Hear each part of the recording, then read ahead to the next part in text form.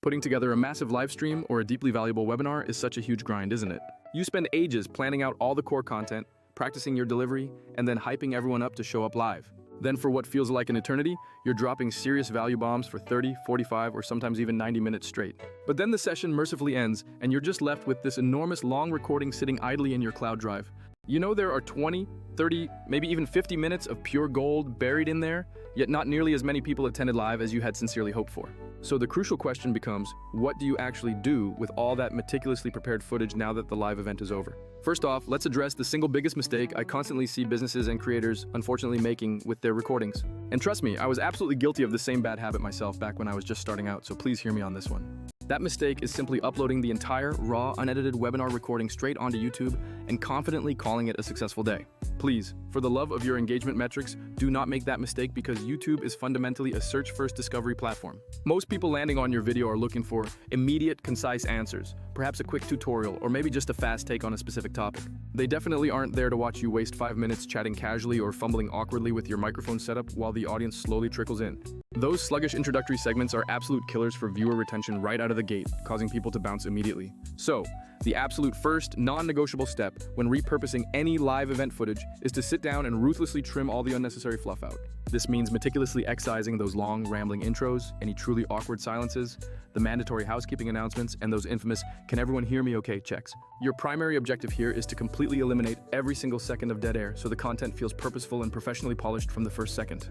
After you have successfully cleaned up the beginning and the trailing end, please do not just re-upload that slightly shorter video back to the same place and just cross your fingers. Instead, you need to shift your mindset to carving that one long recording into numerous, completely standalone pieces designed for different platforms. Let's talk about a few specific, high-value types of content slices you should actively be searching for within your recording right now. If you spend any time walking through a specific software tool or demonstrating a step-by-step process, those exact segments are inherently perfect short clips. These instructional nuggets are highly valuable on their own and are incredibly easy for an audience to share immediately with someone who needs that exact tip. Next up are the Q&A highlights, where you tackle a specific, thorny question that many people likely share in their own work lives. A pro tip for future live streams is to always ask speakers to clearly restate the question before delivering their brilliant answer. This small pre-production step ensures that when you cut that specific clip later, the new viewer immediately understands the context without needing the entire preceding conversation. The third treasure trove to mine is any point you made that offered a truly contrarian take or effectively debunked a commonly held industry myth. Clips focused on challenging conventional wisdom are pure gold because they naturally spark conversation, debate, and, most importantly, shares across social channels. When you are editing these individual segments, you must rigorously ensure that each clip can fully stand on its own merits as a complete piece of content. If someone only sees a quick 20 or 30-second snippet, they absolutely should not have to hunt down the rest of the webinar just to grasp the core message. This means you need to nail down quick, clear intros, deliver the answer crisply, and provide a tight, conclusive ending to every single short piece. Furthermore, you can easily create a batch of super short 15 to 30-second microclips specifically formatted for platforms like TikTok, Instagram Reels, and YouTube Shorts. Remember that on these fast-scrolling feeds, shorter content is almost always the key driver for initial discovery and overall audience reach. If your original streams were recorded directly on a platform like Zoom, the resulting footage can often look a little flat and visually unexciting right out of the box. That is perfectly fine, but you absolutely must take the time to spice up the presentation to keep viewers engaged beyond the first few seconds. Consider layering in a subtle, complementary music bed underneath your voice track to add some emotional texture to the audio landscape. Also, try to drop in the simple, branded video wrapper template around the edges so the viewer doesn't immediately think they are watching a boring meeting replay. Throwing in relevant B-roll footage to illustrate a key concept you are discussing is another fantastic way to maintain visual momentum and keep eyes on the screen. And one final, absolutely critical production tweak is to overlay burned-in captions, because a massive percentage of people watch social videos with the sound completely off. These seemingly small production adjustments are what transform a raw recording that screams Zoom call into content that feels genuinely native to modern social platforms. Now, we absolutely have to discuss the tools because this is precisely where so many talented creators get completely bogged down in the editing process. You could choose to spend countless frustrating hours inside a professional tool like Premiere Pro cutting and color correcting every single clip individually. Alternatively, you might wrestle with newer tools like Descript while struggling to master their specific learning curves just to extract simple snippets. The issue is that those powerful industry standards are often either far too complex for the quick social content you need, or they become incredibly manual when tackling a large backlog of recordings. Even more budget-friendly mobile editors can manage 1 or 2 videos okay, but they completely fail to scale when you need consistency across 5 different channels every week. This exact bottleneck is precisely why specialized tools designed to automate the most tedious heavy lifting become absolutely essential for modern content workflows. For example, a purpose-built platform is designed to ingest your entire long video and automatically detect the moments most likely to perform best as viral short clips. Instead of manually hunting for the best highlights frame by frame, these systems surface the clips with high engagement potential and shape them into ready-to-post assets automatically. The time savings generated by automating this discovery process alone can be absolutely ridiculous when you start processing multiple webinars per month. However, you must never mistake this automation for a lazy shortcut, because the best strategy always involves automated discovery plus a crucial layer of human polish.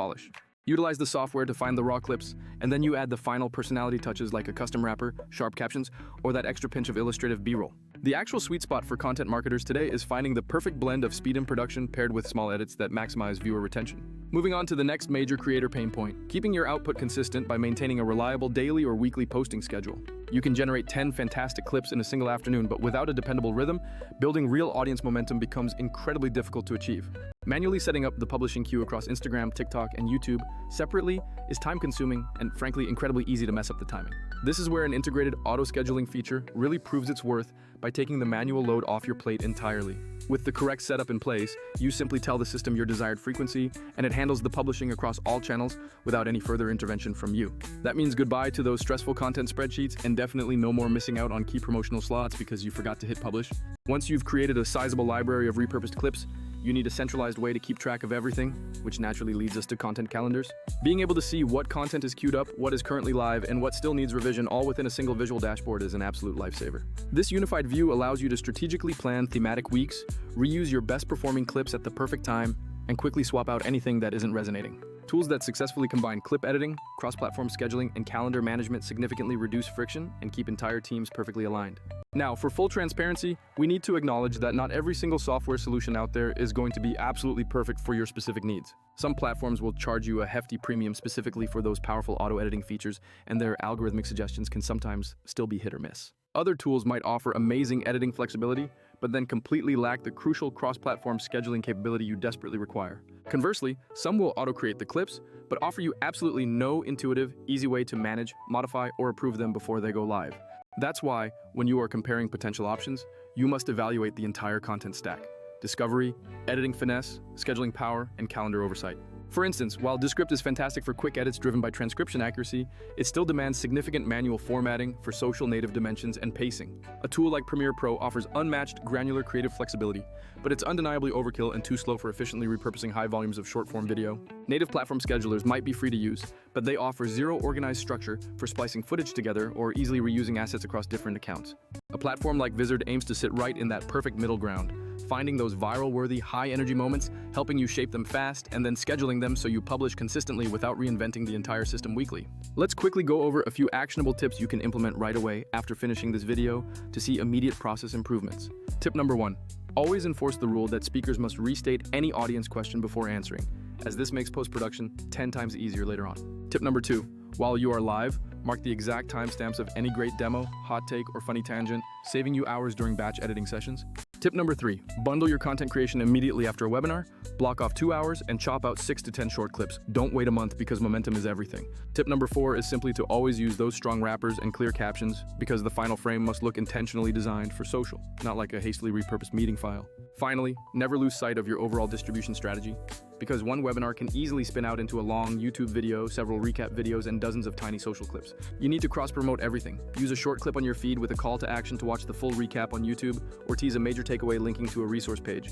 So, to quickly recap this entire process, stop uploading raw streams, trim the garbage, pull out those standalone clips, make them native, and use scheduling to keep your posting consistent. Automation tools that surface those potential viral moments and handle the scheduling will save you an unimaginable amount of administrative time, but always ensure a final human polish keeps the content feeling authentic to you. If you are ready to truly start repurposing all those long webinar recordings going forward, tell me in the comments right now. Are you going to try batch editing weekly or lean into an automated tool to speed the entire workflow up? Also, this is just the first part in a much larger series dedicated to mastering long-form content repurposing, so smash that subscribe button if you want more step-by-step guides on editing and distribution. And finally, if you want the truly hands-off approach to turn one single webinar into a full month's worth of bite-sized, snackable content, there are specific tools built to do exactly that for you. Go test out those systems, implement a tweak or two, and seriously watch the traction and audience growth start to build for your business. All right, it is time for you to finally go clean up that massive webinar file, unearth those incredible gold nuggets, and put them to work for you instead of letting them collect digital dust in a forgotten folder. I sincerely hope this guide helped you unlock the potential in your archives, and I will catch you in the next video.